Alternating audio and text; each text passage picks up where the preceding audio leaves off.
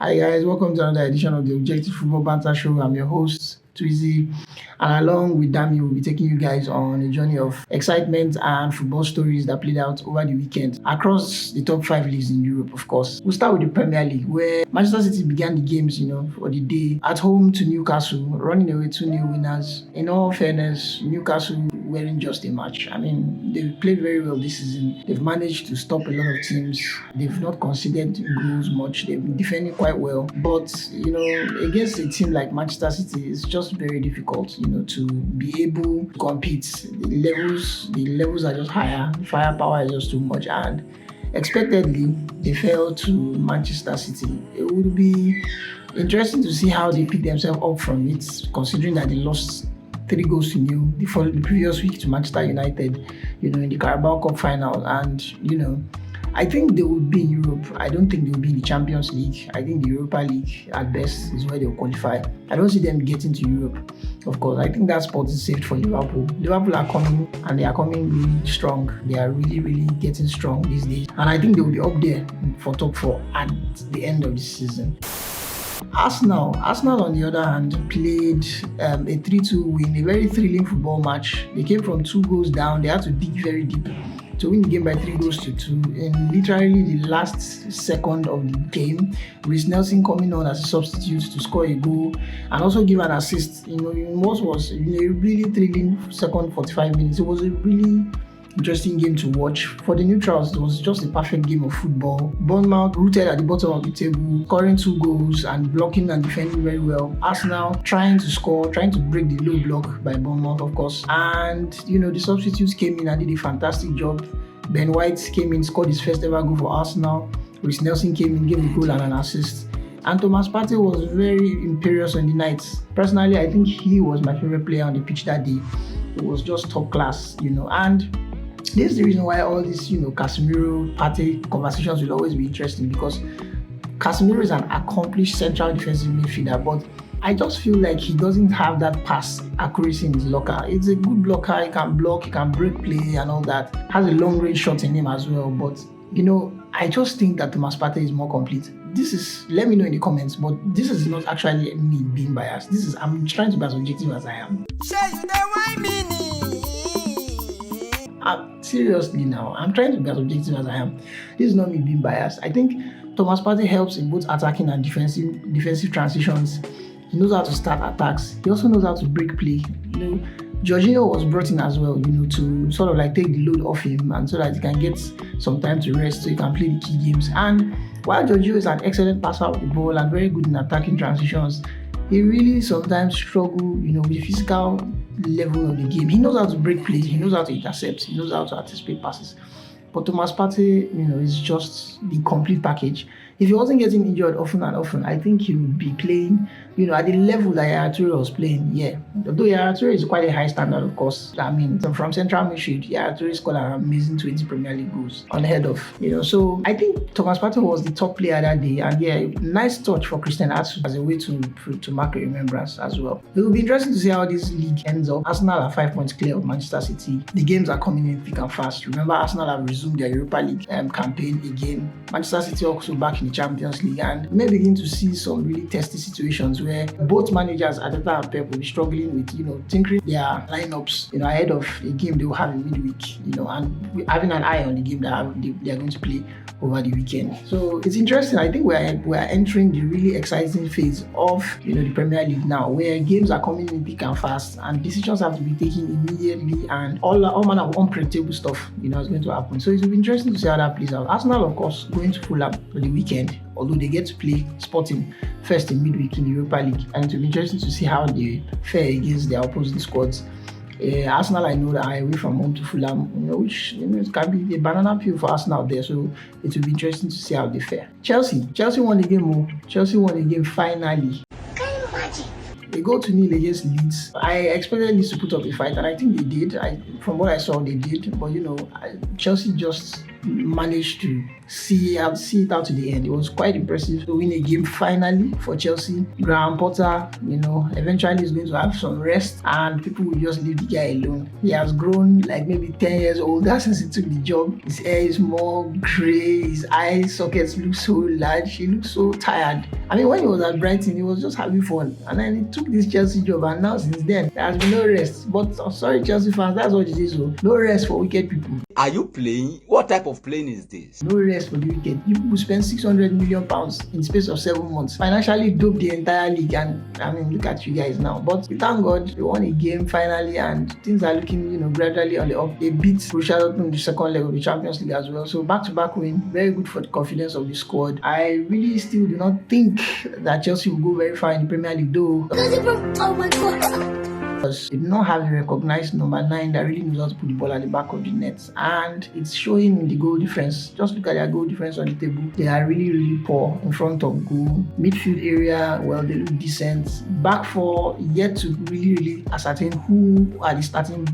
back four players, because there's a lot of good defenders in the squad. Although I would say Benoit Badiashile has been the standout defender for me. He has been very ever present, very consistent. Fofana will have been someone that would have really, I would have really loved to rate, but the long injury layoff, I sort of taking him out of the radar and nobody really notices. But with him coming back over the weekend and scoring the winner against Leeds, who knows? I mean, maybe back in the side fully, along with Benoit Badiashile, and they will marshal our backside very well. Those are two defenders that I really rate highly, and I think if they can play a string of games, 15 to 20 games without getting injured, very difficult to put goals past them. They can't score though, and that's what the problem is. I don't see Chelsea scoring enough goals to keep them, up to the point where they will get to the Champions League spots. I think they will get Conference or Europa League spot at best. Chelsea fans will hope that I'm wrong, and that's not going to happen. I wouldn't lie, I wouldn't say I hope so. I hope that it doesn't work out. I hope you guys actually go to the Champions League, so you guys can rest. All those money people are spending, people should rest. Let there is other people to get to the Champions League. So it will be fun to see how the season ends for Chelsea. Let me know in the comments how you feel. Do you think Chelsea deserve a spot in the Champions League based on the way they played this season, or Europa League or Conference League, or they should not go to Europe at all? Perhaps it will help them to further focus on the league next season. Let me know in the comments. Tottenham. What can I say about Tottenham? I mean, at this point, one would think this is a skit. I mean, water is wet, the sky is blue, ants like sugar, Tottenham are losing games. Emotional, damn it! I mean, I'm not surprised. It's Tottenham. They bought a striker for £60 million. Richarlison, £60 million. Only Tottenham can make the starting striker for Brazilian national team not score a league goal. Tottenham, God have mercy upon us.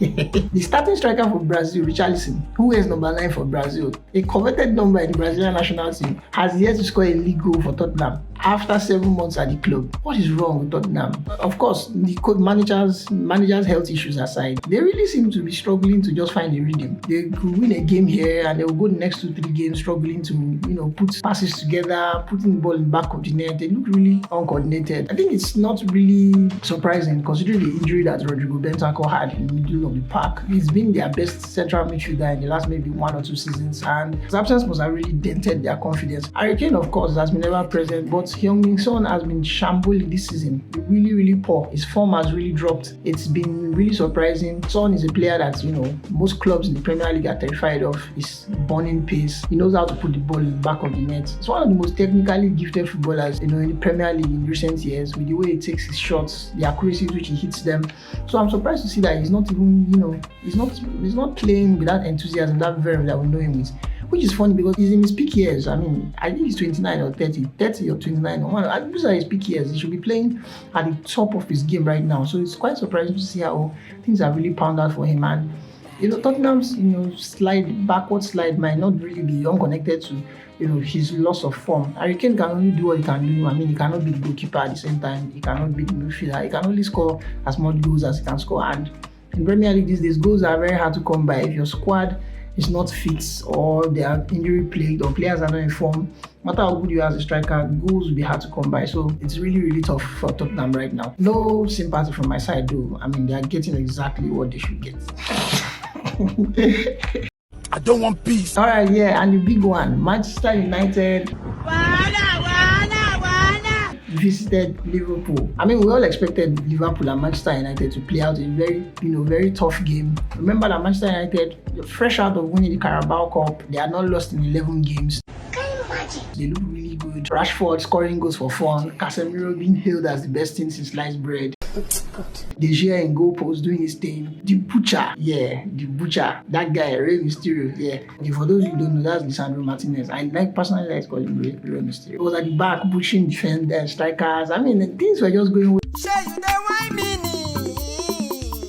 And what could possibly go wrong? It's Liverpool. Liverpool are not even top 4. I mean, they are not winning games consistently. They only drew 0-0 to Crystal Palace the other week. So, I mean, Manchester United were expected to put up, if they didn't win, they were expected to at least leave with a draw. Because that's how good Manchester United are, at the moment, or should I say where. Emotional, damn it! 7 goals to 0, Liverpool annihilating Manchester United. I mean, it's really shocking. There are days when you have bad days at the office, no matter how informed you are. But that was not a bad day at the office. That was like a complete destruction of Manchester United at the office. It was really shocking. Manchester United couldn't play out of their own half. They were struggling to hold the ball, especially in the second half. I mean, at the end of the first half, you saw the way Liverpool played. At the end of the first half, they were a goal up, and I think it was the only shot on target, in the entire first half for Liverpool. They hadn't been, effective in front of goal. At the end of the first half, they had scored 1, Gakpo scoring 1, and then they went by halftime. You got the feeling that Manchester United will come back because they were creating chances. They were matching Liverpool, stamina for stamina. They were covering both areas of the pitch. Then all of a sudden, in the second half, the floodgates just opened. It just opened. Manchester United, it was a spectacular job by Liverpool in the second half, but it was also a spectacular, capitulation by Manchester United. They just started letting the goals in. At some point, they didn't know what to do. They didn't know what to mark. They looked so disinterested. You would feel like maybe someone said something to them, at halftime that really demoralized them. Which, when it should be the other way around. I mean, Erik ten Hag has done a fantastic job coaching Manchester United this season. The way he's spoken to the players, the way he lays down the law, the way he encourages his players. So it was really shocking to see them, just fall like a pack of cards like that. And chaos! 7 goals to 0, and the highlight for me was Mo Salah butchering Rey Mysterio. I mean, Manchester United fans like to call Rey Mysterio, they like calling him the butcher, like he butchers strikers, doesn't let them do anything. They butchered the short bastard. Like, at some point, they spin this guy. Baba lost orientation, though. They spinned him. They turned him like, those Amala that they turn. If you're a Nigerian, or you know a Nigerian, you ask them about the dish called Amala. It's native to Ibadan people in Nigeria, southwestern Nigeria. Tasty dish, by the way. They used to turn it. That's how they turned Martinez. I heard someone said they removed the cursor from his head. It was very interesting to see. They beat Manchester United. Like, they didn't beat Manchester United like just beat somebody 1-0. They punished Manchester.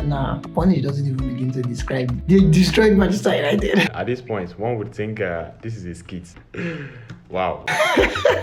Gary Neville couldn't speak. All players were just shocked. They didn't know what to do. Ten Hag looked stunned. Jadon Sancho was on the bench. £73 million player can't come from the bench to make an impact. I will send you to Jesus. And I don't know, it was just very interesting to see. You saw players like Varane, players like Casemiro, who you expected that would take the initiative to stop the rot. I mean, by 2 or 3 goals, the game is over, right? If you are playing against a high-level team like Liverpool and you are losing by 2-3 goals to nil, naturally you expect that, the game is over. But for you to now let in 4 extra goals to the point where you concede 7, 7 is too much now. Oh my God. If you want to be drinking goal, at least be drinking it small. They just packed out the goal and they were loading it into the chest mouth. They are drink. 1, 2, 3, 4, 5, 6, 7. Worst loss for Manchester United since 1931. 92 years in the making to come and lose by 7 goals to 0 to your eternal rivals. I mean, Arsenal lost 8 goals to 2 to Manchester United about 7 years ago, but it's not as bad as this one. That was the fact. I mean, the 6 goal difference. We lost 6-1 to Manchester United. Also, I think further backwards, 5 goal difference. I mean, you just lost to your bitter rivals by 7 goals to 0. They didn't even manage to put one at the back of the net. It's really hard to shake that off, I'm afraid. If they win a Premier League or 2 in the next 1 or 2 years, I mean, they will really start to forget about this kind of bitter moment. But I do not see this bitter moment going away from Manchester United fans anytime soon. Liverpool fans and, of course, fans of other clubs will never forget that game. It was so good to see. They got properly humbled. But, there's still something to cheer. They are EFL Cup champions. They are on a good run of of form. They are actually title favorites if you ask me. I'm serious. Let me know in the comments. Are Manchester United not title favorites? I mean, if you are playing games like this, winning games every 2-3 days, and you are third on the table, I mean, you're just like maybe 5 points behind Manchester City in second. I mean, you're in the title race. Yeah, they can say that Manchester United fans, you are in the title race. Don't deny it. In fact, you are favorites for the title along with Man City. Arsenal are just trying to qualify for the Champions League. Arsenal are not there to win the Premier League. They just want to qualify for the Champions League. And once we do that, I mean, our objectives for the season are clear. The race for the league, as far as I'm concerned, is between Manchester United and Manchester City. Are you playing? What type of playing is this? And I will give it to Manchester United. They will do it. Yes. Go Manchester United. Glory Manchester United. Up the Red Devils. In the Spanish league, Barcelona beat Valencia by a goal to nil. Real Madrid dropping another 2 points, and it's beginning to look like Barcelona will run away with it. The margins are no longer tight. Barcelona are leading Real Madrid. I mean, with at least 6 points, it's 6 to 7 points. It's going to be very difficult for Real Madrid to come back. They would probably like to focus now more on the Champions League. Of course, we all know that Champions League is Real Madrid's fault. They have a very huge pedigree when it comes to Champions League, so you expect them to play very well. They smashed Liverpool by 5 goals to nil. The first leg away from home at Anfield, and people expect them to beat Liverpool again in the second leg. Yeah, it's the same Liverpool that smashed Man U 7-0, by the way. Yeah. Boy, it's crazy.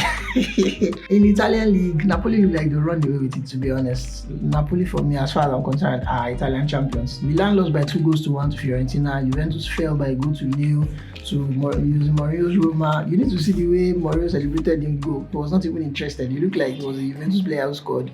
I was not even interested when the goal went in. Typical Mourinho, funny character. And then you have clubs like Inter Milan running out 2-0 winners against Lecce, but realistically, I don't see anybody catching Napoli, to be honest. In the German league, Bayern Munich and Borussia Dortmund are now very, neck to neck, toe-to-toe, whatever you call it, back-to-back, point-to-point, whatever. Equal on points in the German league, and they both look like they are going to be, really slugging it out for the league this season. If you ask me though, I still think that Bayern Munich should carry the day. It's just what's happened in the German league. It's probably the reason why it doesn't generate that much interest. No disrespect Bayern Munich fans, but that's just what I think. The German league doesn't have that competitive edge that it should have. Apart from Borussia Dortmund, really, the German league really is not. I don't know how else to put it. No disrespect, but I just think that Bayern Munich will win it again. They don't win it though. Nagelsmann can kiss his job goodbye. French league, Neymar out for the rest of the season. Big blow to Paris Saint-Germain. Marseille also bringing down the necks of PSG, looking like that will also go down neck on neck. But let's see how that plays out.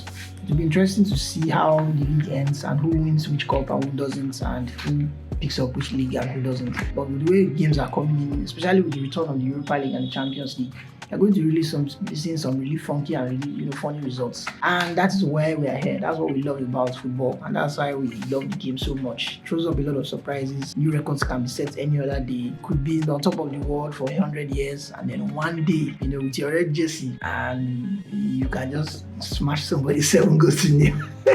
Emotional, damn it! Interesting times, but let's see how the next game will come. I'm your host, Twizy, and again, this is the Objective Football Banter Show. Please don't forget to like, share our page, and of course, I will appreciate your comments. Thank you so much for hanging out with me. Until the next episode, peace and love.